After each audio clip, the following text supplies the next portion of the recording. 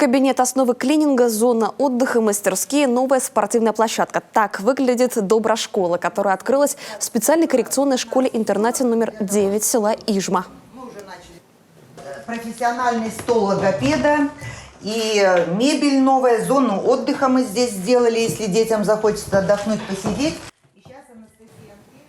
Обновить кабинеты удалось благодаря национальному проекту образования. В школе-интернате учатся дети с ограниченными возможностями здоровья, в том числе с инвалидностью. В Ижме теперь созданы все условия для внеурочной деятельности и получения качественного дополнительного образования. Рабочее место, тут прямо у них все под руками, то есть открываешь, и инструменты, которые нужны, они здесь вот лежат. Здесь очки для работы, ну то есть все, что надо. Оборудование приобрели за счет средств федерального и регионального бюджетов.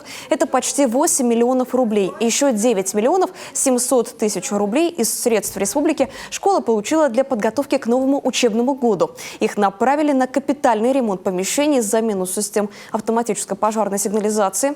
Решили вопрос с интернетом в учебных корпусах.